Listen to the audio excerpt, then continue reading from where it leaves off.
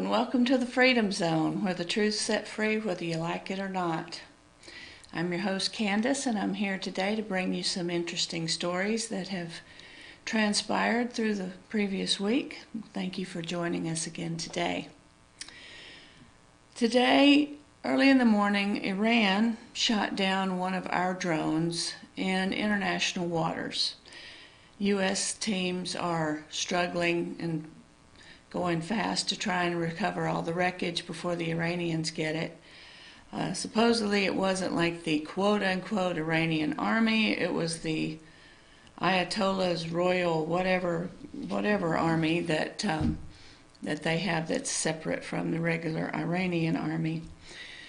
Everybody's speculating on the radio and wondering what President Trump's going to do, and this happened before in the 80s with Ronald Reagan, and he took out a few of their refineries and some of their other interesting sites. I imagine that the president will do the same. I sincerely doubt that he will sit by and let this happen. The reason that Iran is bucking around for attention, I guess is what you might say, is they are hoping that our allies will put pressure on the United States to have us re-enter the Iranian agreement. They feel like if they bother our allies and harass our allies and put a lot of pressure on them, President Trump might go back and let the agreement go through. That's not going to happen, and the thing is that they need to cut it out before Iran becomes dust. It's unfortunate that the people of Iran are not the ones provoking all this. They're not the ones that want this. They want to have an economy, surprisingly enough. And back in the 70s, when the Shah was in charge, women were getting degrees. They were not wearing the burqas or the hijab. They were turning into a Western civilization. But as soon as the Ayatollah Khomeini took over, when the Shah got sick and he was actually exiled and he came here, things changed. They grabbed our hostages and kept them for 444 days until Ronald Reagan got to be elected president. Jimmy Carter was president at the time when the abduction occurred. This was in our diplomatic office there in Iran. And when Ronald Reagan was elected, of course, they said, "Thank you for coming, goodbye," because they knew that he would bust their chops as soon as he got in there. And then later in '83, they started the same thing they're doing right now. They're desperately looking for money because they are the #1 sponsor of terror. I imagine there's quite a few people, clamoring for funds, and they don't have the money because all the money that our previous administration and leader sent to them, I guess, has been spent out on supporting different factions of terror. So we're going to keep our eye on that because it's an extremely interesting development that has happened this morning.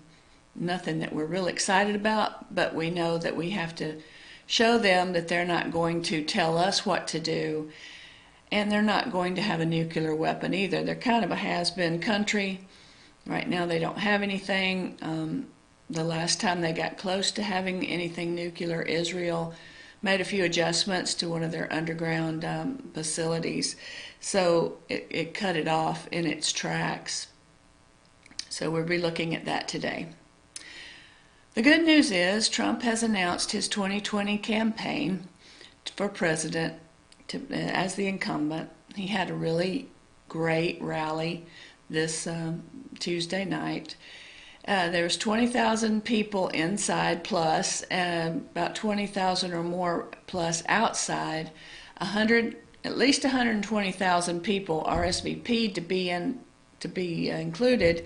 It was only a 20,000 seat arena.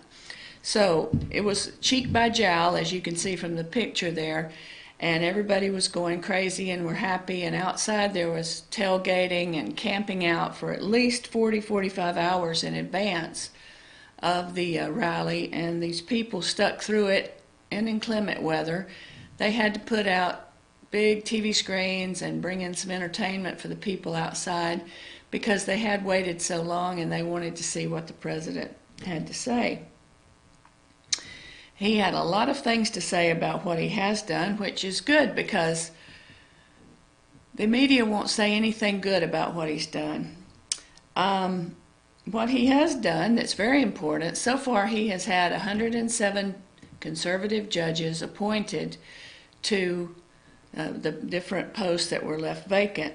There were 145 posts left vacant by the previous administration, and he feels like he will soon have the 145 completely installed in the various benches that are available.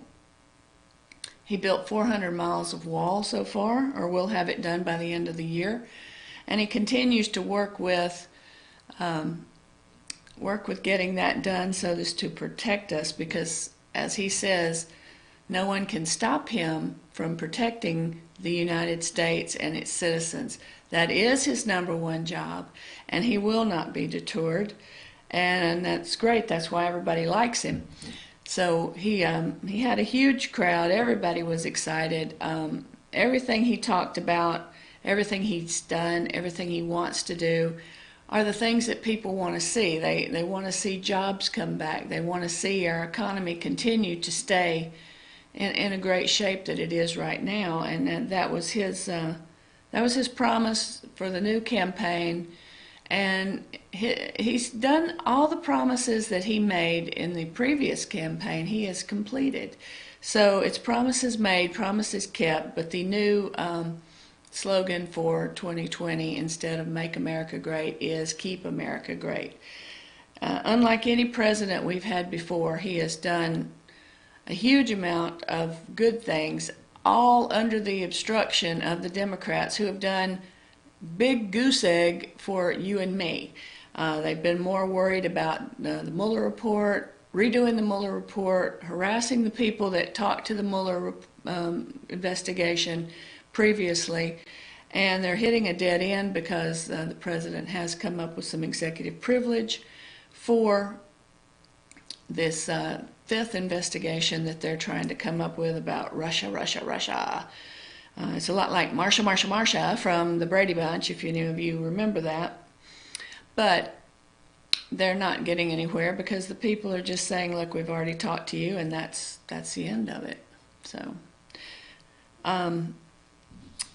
I did want to give a shout out to my cousins Bill and Shirley Mann, because Bill has been in Facebook jail 4 times so far this year for offending community standards. So good work, Bill. Thank you, Shirley, and I appreciate your support. Again, we have, and I don't know how you want to categorize it. If it's just the family that's an idiot, or if it's just Andrew Cuomo. But you know, he's running for president. Of course, nobody. I think he has like negative .02 support, and he has signed a bill granting driver's license to New York illegals. Brilliant. Absolutely brilliant. The good thing is that President Trump is going to remove hundreds of thousands of illegals who have already made their way into this country. He's announced that. And I guess if they're in New York and they're getting deported, they could probably drive home, which it's not really funny. It's madness to hand out driver's license to illegals. But once again, it's just a ploy to set them up to vote. And here's the thing about a demographic where for example, Georgia's pretty much always been red.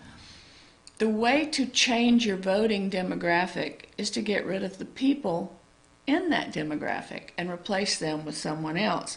So that's the Democrats' big ploy, is to replace people like you and me that are conservative, that vote generally for a conservative candidate, with people who are interested in the free. And that's the only thing that Democrats have going for them, is talking about the free. You know, the free this, free that, free health care, socialism, communism, all this blah, blah, blah. That's all they have going for them. They haven't said a single word, not a single candidate has come up with a plan to continue what's going on, or make life better for people like you and me. It's all about the free, and they would just want to continue getting votes by giving people things. And the thing is, it's not free because my money pays for it when I pay taxes, and so does yours. So free is never free. Just as Will Rogers says, there's no free lunch, and that hasn't changed since his time.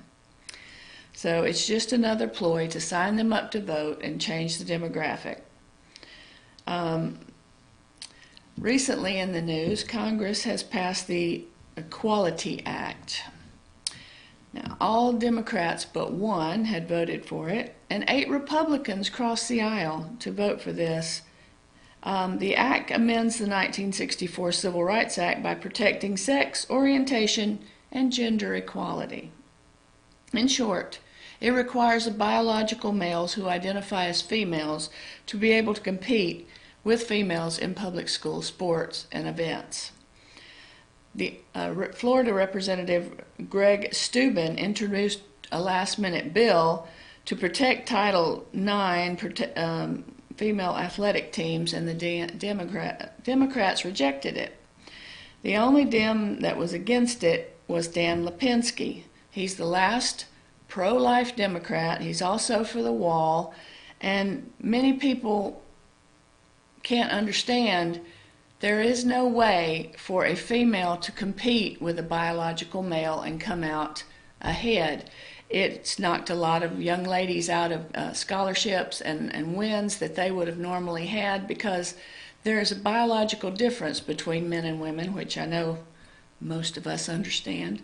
But it seems like to me that the people who are males who can't seem to win against their own sex decide that they're going to go and identify, quote unquote, as a female, and then they can win, handily. That's not a problem. But this kind of thing will be the end of female sports teams, which receive so much less attention than men's sports already. So it's the end. It's the death knell of the sports teams for women.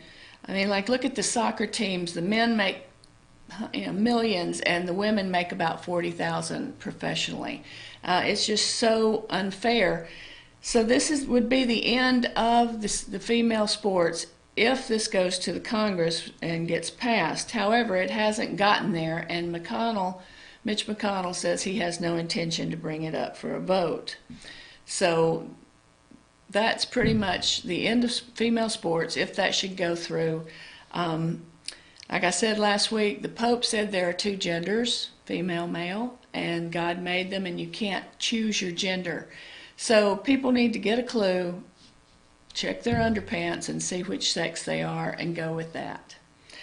We're going to take a break right now, and then we'll come back and talk about a few other things that are pretty interesting this week. Thank you for joining us in the first half of the Freedom Zone, and come back and see us for the second half.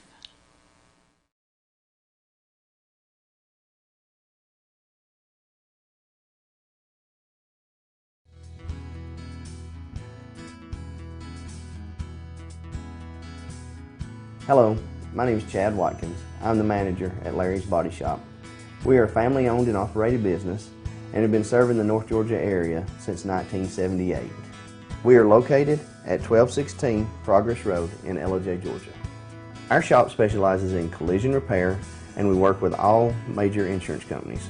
Larry's Body Shop is ICAR Gold, the highest role of training recognized by the collision repair industry. It is estimated that only 10% of collision shops meet these standards. Our shop consists of state-of-the-art equipment such as laser measurement system, down-drive spray booth, spot and MIG welding equipment. All of our paints are mixed on-site so that we can guarantee your paint to match every time. I know that having an accident can be a stressful event. We take pride in making sure our customers are satisfied with the repair of their vehicles. Our waiting area is clean and comfortable with free Wi-Fi and refreshing beverages. So if you're in an accident, stop by and see us at Larry's Body Shop. Hi, I'm Rhonda the Mattress Lady, and this is my husband Gary, owners of Mattress Overstocked in LJ next to Walmart. And we want to earn your business. From the time you walk in our door to the time we deliver your new mattress to your door, you will see the difference. Our selection and prices are the best in North Georgia, and customer service is our top priority. So y'all come on in and let us help you find the right mattress at the right price. That's Mattress Overstocked in LJ next to Walmart.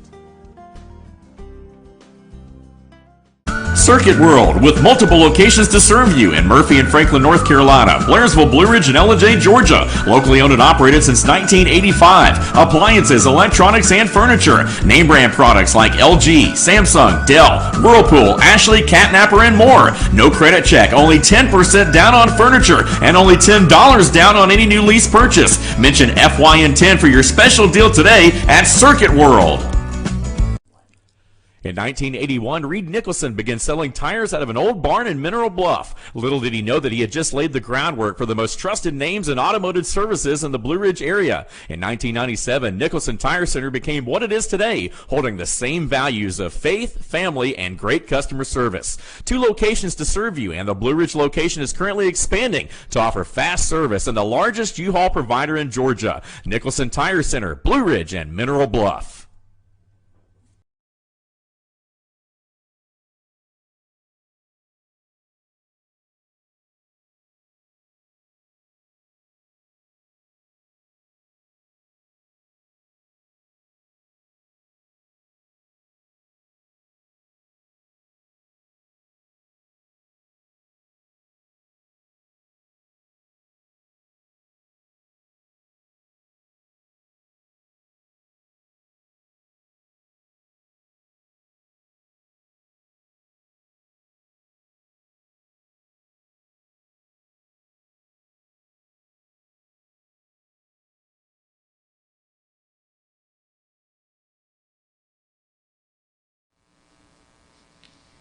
Hello and welcome back to the second half of the Freedom Zone. I'm your host Candace, and I'm here to talk about some other things that you might find interesting.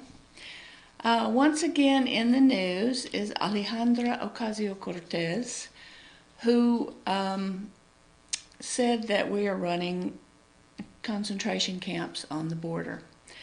Now let it be said that I believe I agree with Rush Limbaugh, as she's just looking for attention however she can get it.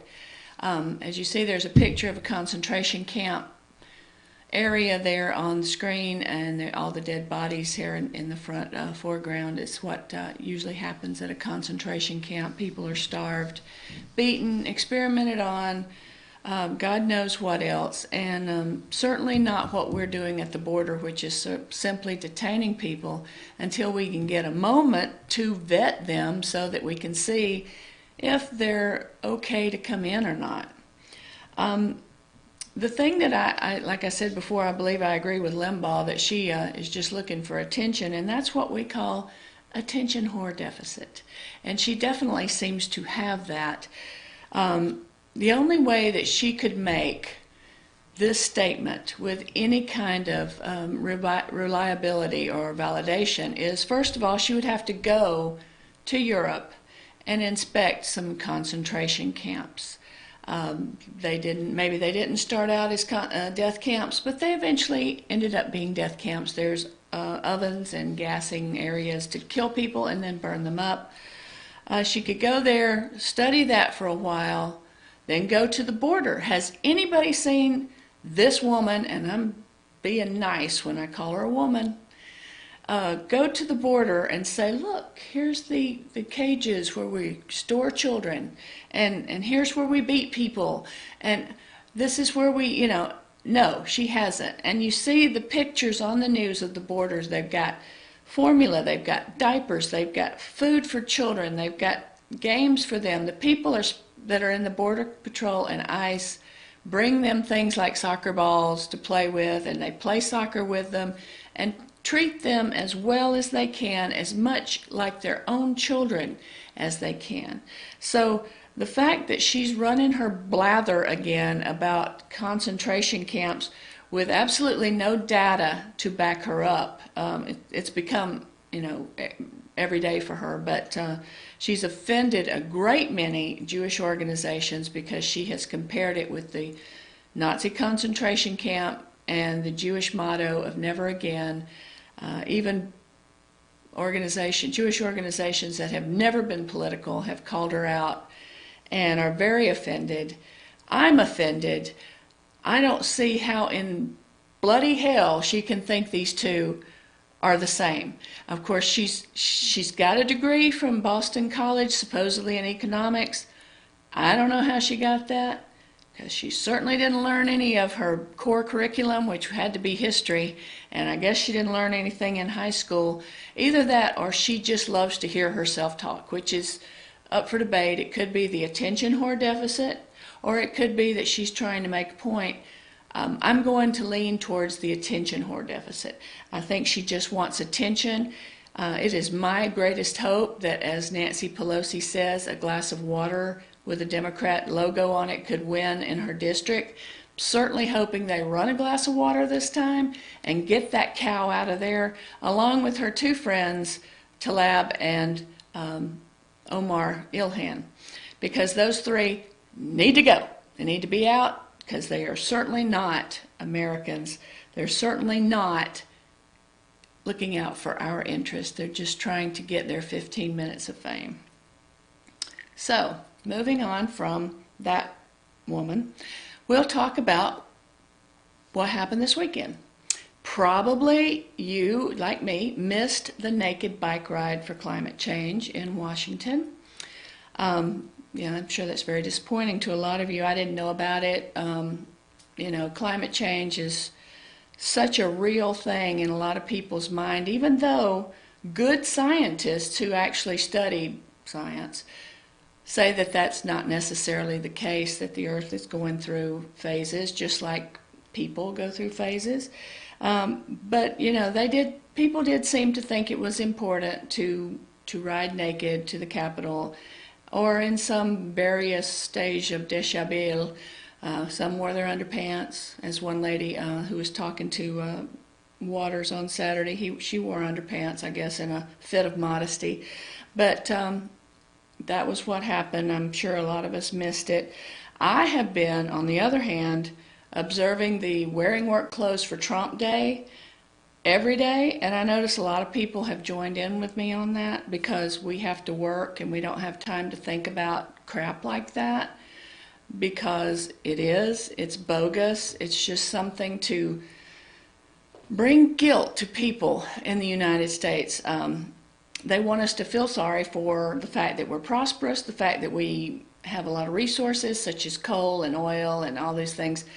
And yes, there's much more conservative ways to extract those from the ground and do it in the proper manner so you're not polluting, and I agree with that. But at the same time, it's nice to be energy independent for the first time in 75 years, so that we're not kissing the behind of all these people in the Middle East that want to sell us oil. We can tell them to take their oil and their sand and do whatever they want to do with it, and I find that vindicating. I find that pretty refreshing. So there we are. President Trump is throwing a big 4th of July party in Washington, because he's a patriot like you and me and love our country. The Democrats wanted him to stop that and not have the party. First of all, they knew that everybody would show up for it because he was probably going to be there. And they said it might be like one of his campaign rallies, which it probably will, because as I said, everybody wanted to show up for it because he's going to be there. I personally noticed that most towns have a big party for the 4th of July with fireworks and people talking and parades and such like. I don't understand why he can't throw a party for our country. It's our birthday. I mean, my goodness, it's such an important day because the Declaration of Independence was put out that day. Our forefathers, while risking wealth, life, and limb, went against King George to give us the country we have today. I'm all for celebrating it however you'd like. If Trump wants to throw a party, by all means. Yesterday in Congress, though, there was a little bit of a hullabaloo because the Democrats have started this kind of hearing for slave reparations. There were a lot of kinds of slaves. There were African slaves, which were usually prisoners of war and other things between their different factions of their own country warring. There were also Irish slaves. And they were treated very badly by people. They were also, a lot of them became indentured servants. I have an article about it this week talking about the hearing and the type of slaves and how many different ones there were. What I would like to know is, how are you going to give reparations to people who generally they would merit that, having people that were slaves, whatever.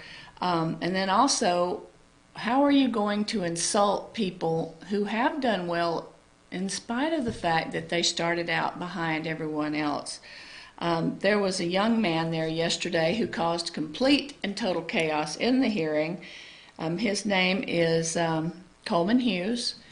And even though there were people like Danny Glover and Ta-Nehisi Coates to fight for reparations, there were people like Coleman Hughes, who was a columnist for Quillette. And he was very offended. He's an African-American writer who finds the case for reparations insulting to put a price on the suffering of his ancestors or other people's ancestors.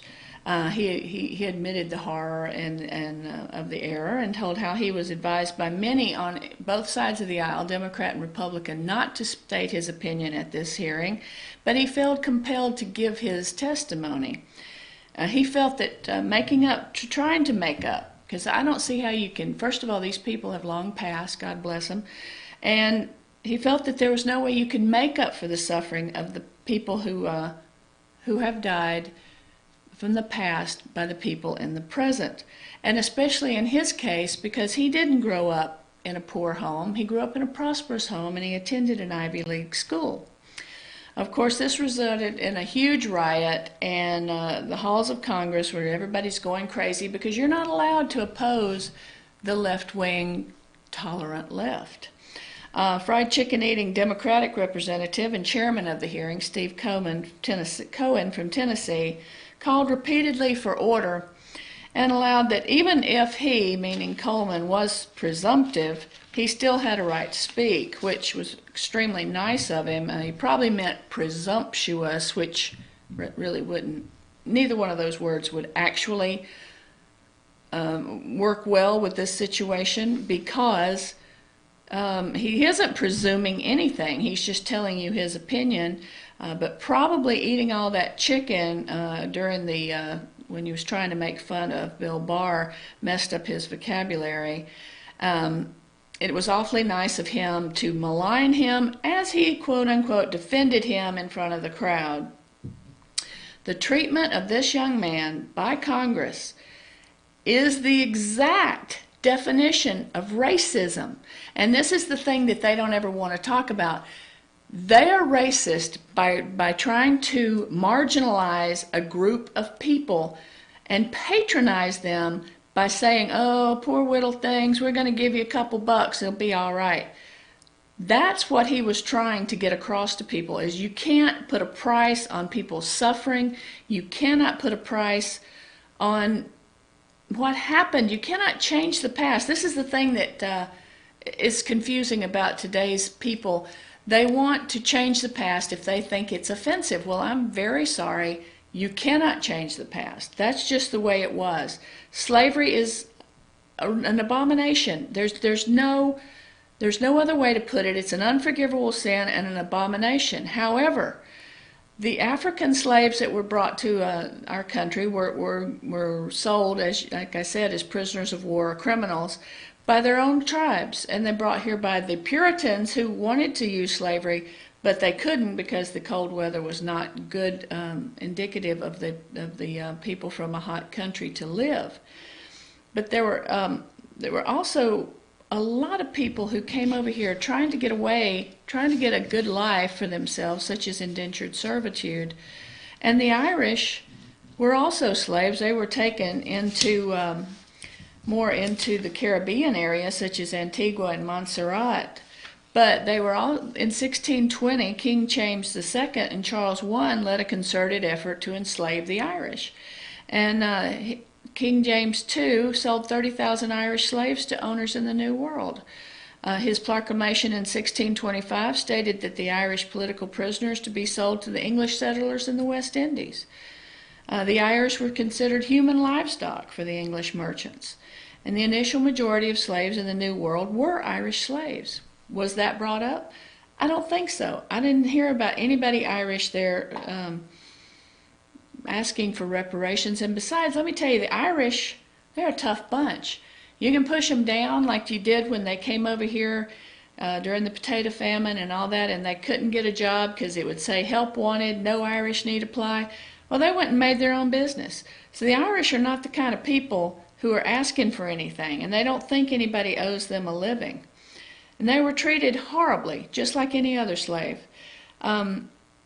So let me ask you about this too. What about people who manumitted their slaves in before 1863? This is a copy of a legal document of manumission. Manumission is when you have a slave or slaves and you set them free. Then they are called freemen, freed slaves. And they were treated very poorly after they were freed, and they had to be very careful not to allow somebody to get their papers and destroy them or try to re-force them into slavery. Now, my great-great-great-grandmother manumitted her slaves around 1856. She was ostracized by her community for doing that. 2 of her sons were hung, and she was treated very poorly because she felt that slavery was an abomination. Now, do I get reparations for my family because she was treated poorly by manumitting her slaves? That's my question. This is such a can of worms, and it's a ridiculous can of worms. You can't put a price on prior suffering. You can't change the past. Revisionist history is just BS, and it'll never work. You have to face your past so you don't recommit these same errors in the future. Again, my article should be up after the show, and you'll probably be interested in reading that. It's got several references to where you can get further information on slavery in the United States. I'd like to thank you for joining me today, and I hope you'll join us next week in the Freedom Zone, where we try to set the truth free, whether anybody likes it or not. And we've always got something that's going on that you need to know about. I'm your host, Candace, and I thank you for joining us today.